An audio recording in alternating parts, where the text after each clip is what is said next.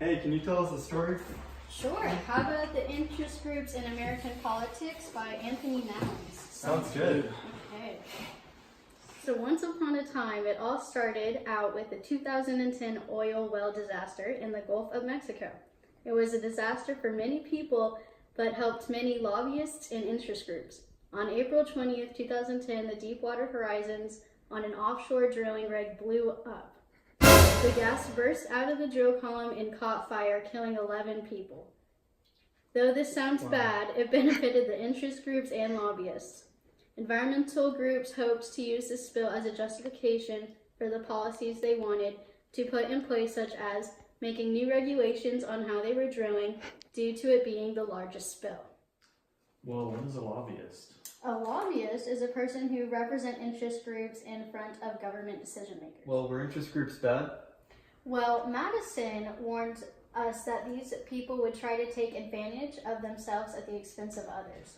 So what are some of the most effective ways of lobbying in today's politics?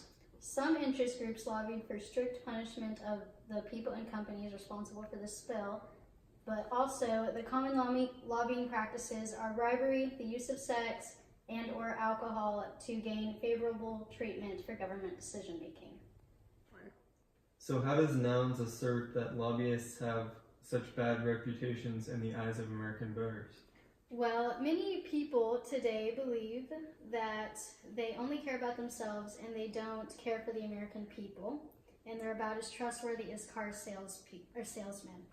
The public opinion polls show that most Americans hold them in lower esteem even than the worst of people.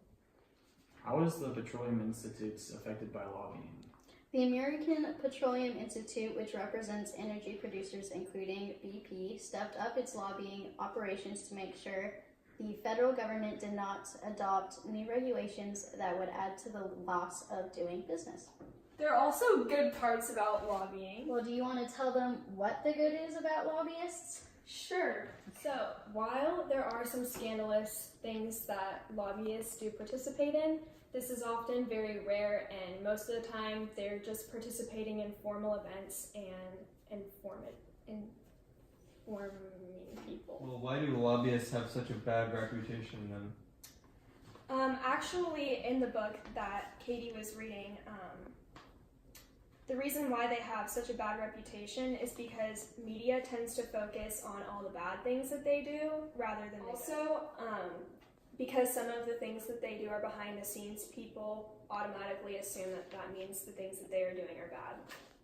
In the book, Nownes suggests that there is something paradoxical about the way Americans support interest groups, and interest groups are important players in the American political process. Wow, even though lobbyists seem bad, they're actually a part of the political process. No, I disagree with you. They make a lot of money and they are bad.